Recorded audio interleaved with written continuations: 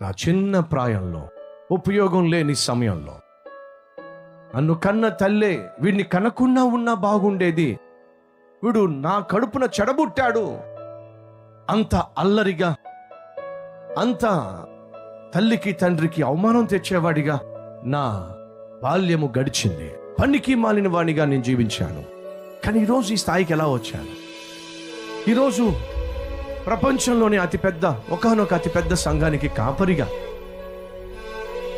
అనేక దేశాలు సతీష్ కుమార్ మా దేశానికి వచ్చి వాక్యం చెప్తే బాగుండు అనే విధంగా ఈరోజు ఈ కుర్రవాడు దీవించబడ్డానికి కారణం ఏమిటి?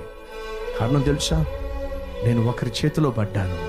ఆయన చేతిలో మహిమ ఉంది, ఆయన చేతిలో ఆశీర్వాదం ఉంది, ఆయన చేతిలో అభివృద్ధి ఉంది, ఆయన చేతిలో అద్భుతమైన దీవెన ఉంది. ఆ చేయి నీ కొరకు నా కొరకు సిలువలో గాయపరచబడిన చేయి, అది యేసయ్య హస్తం.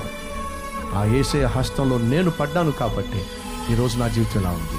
5 రొట్టెలు 2 చేపలు యేసయ్య చేతిలో పడ్డాయి, అద్భుతంగా దీవించబడినాయి. అలా దీవించబడినప్పుడు పెద్ద సమస్య అద్భుతంగా తీర్చబడింది. ఆ సమస్యపోయింది. నీ జీవితంలో ఏ సమస్య ఉన్నా సరే, నీవు కలిగి ఉన్న నీ జీవితాన్ని యేసయ్య చేతికి అప్పగిస్తే నా దేవుడు ఎంత పెద్ద సమస్యనైనా సమసిపోయే విధంగా నా ప్రభువు చేయగలడు.